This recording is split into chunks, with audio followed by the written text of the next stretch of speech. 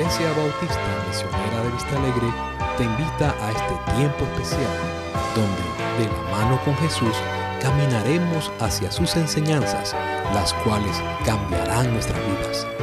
Empezaremos a caminar de la mano con Jesús por medio de los estudios sistemáticos del Nuevo Testamento, libro por libro y capítulo por capítulo. Seguimos esta semana con el capítulo 9 del libro de Mateo. Esperamos que este tiempo te lleve a descubrir más a fondo los preciosos tesoros que contiene la Biblia. Te animo a que participes activamente de ellos. Aparta este tiempo, busca tu Biblia y concentrémonos caminando por las Escrituras de la mano con Jesús. Seamos todos bienvenidos y que nuestro Señor Jesucristo les bendiga.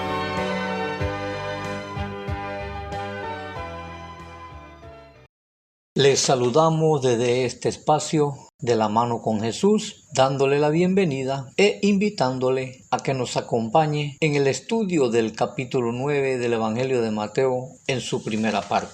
En este capítulo veremos la descripción que nos viene haciendo el evangelista Mateo desde el capítulo 8 de las sanidades espirituales y físicas que hacía Jesucristo en la región de Capernaum, pero que las que más se resaltan son la sanidad del leproso, el siervo del centurión, la suegra del apóstol Pedro y los endemoniados gadarenos.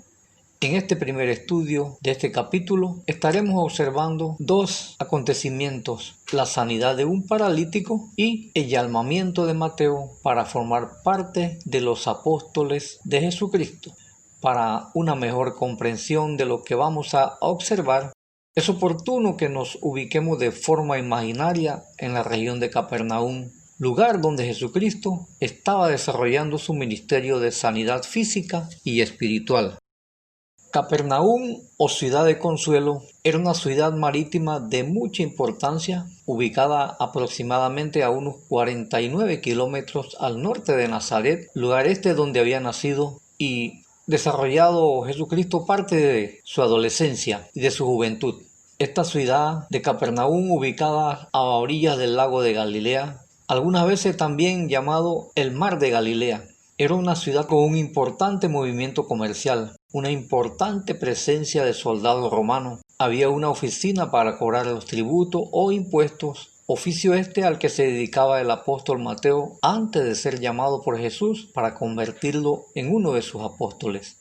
Por Capernaum también pasaba la vía Maris o Camino del Mar, esta importante vía que comunicaba a Egipto con Asia Menor u Oriente Próximo, en la actualidad ocupado por el estado de Turquía. Y nos hacemos la siguiente interrogante: ¿por qué Jesucristo hizo tantos milagros de sanidad espiritual y de enfermedades físicas en este lugar, en donde la mayoría de sus habitantes eran gentiles, con una baja presencia de judíos? Esta respuesta la encontraremos en lo que vamos a relatar a continuación. Es importante resaltar que la presencia del Hijo de Dios en la tierra se da por el cumplimiento de muchas profecías dadas por Dios a los profetas del Antiguo Testamento, entre ellos el profeta Isaías, quien anunció el nacimiento del Mesías y el lugar donde ocurriría, cumpliéndose esta profecía de forma exacta. De igual forma, el ministerio de Jesucristo en la región de Capernaum es el cumplimiento de la profecía del profeta Isaías registrada en el capítulo 9, versículo 1. Leamos este versículo. Isaías 9, 1. Mas no habrá siempre oscuridad para los que están ahora en angustia, tal como la aflicción que le vino en el tiempo que livianamente tocaron la primera vez a la tierra de Zabulón y a la tierra de Nectalí, pues al fin llenará de gloria el camino del mar en Galilea de los gentiles. De igual forma, nos confirma el propio autor de este evangelio en su capítulo 4, versículo de 12 al 16, esta profecía.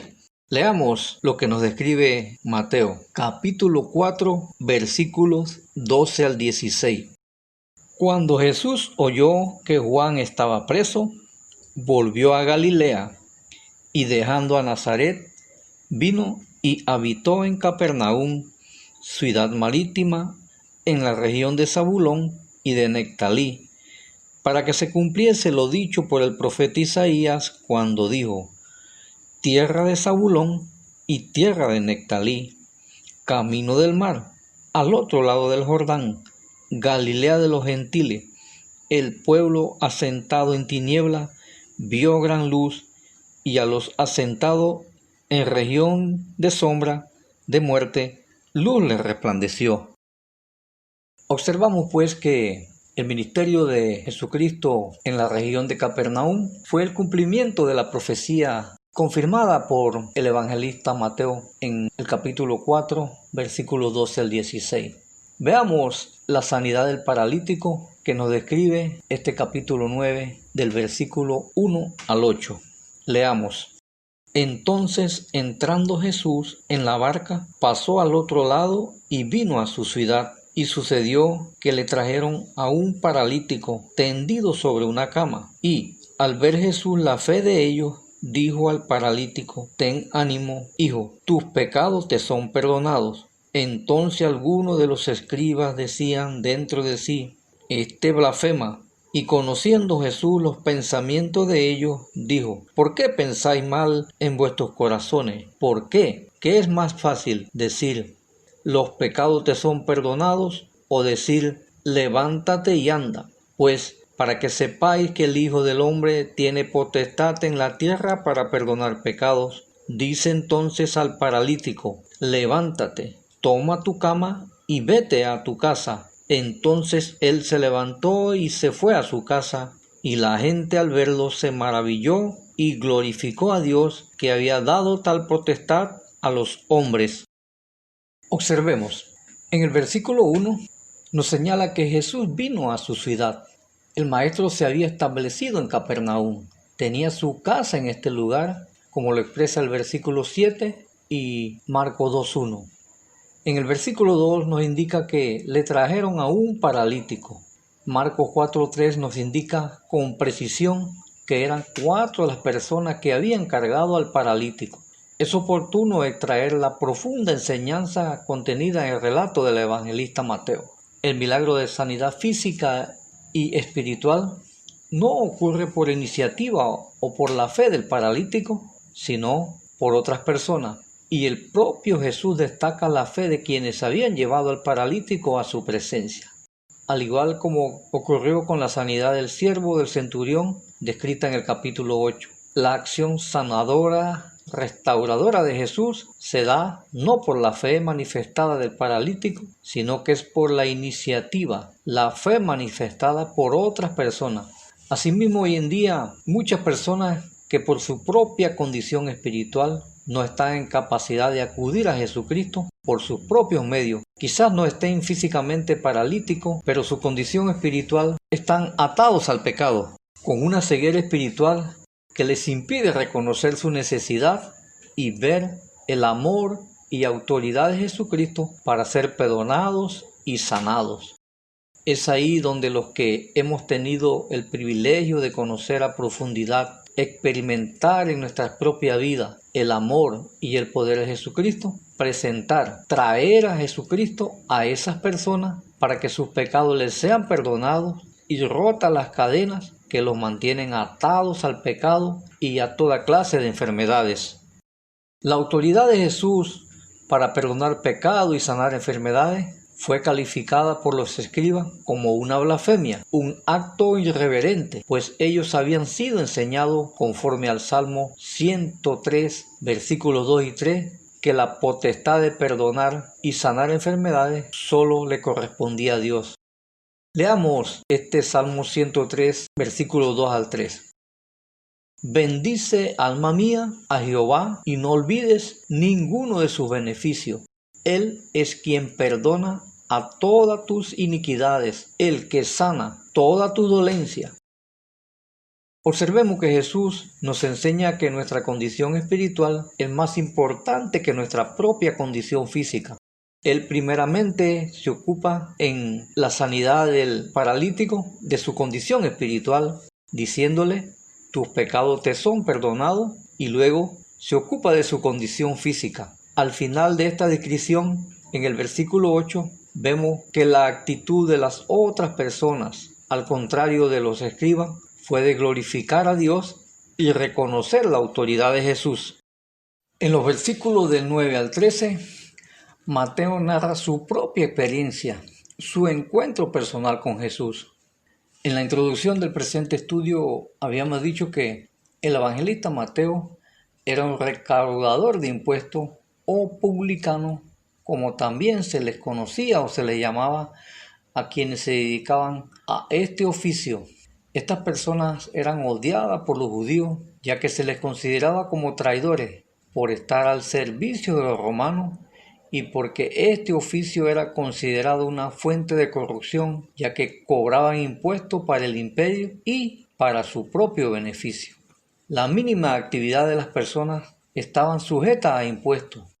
El comercio, los alimentos, los bienes como la tierra, el uso de las vías, en fin, había una gran cantidad de impuestos que debían pagar las personas que habían sido conquistadas por el Imperio Romano.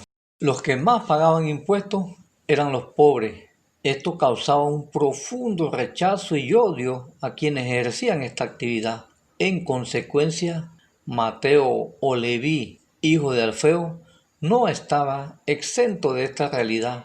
No obstante, no fue un impedimento para que Jesús lo cogiera para servir a Dios, porque Jesucristo no toma en cuenta en qué condición o cuál es la situación en que nos encontramos para llamarnos a su servicio.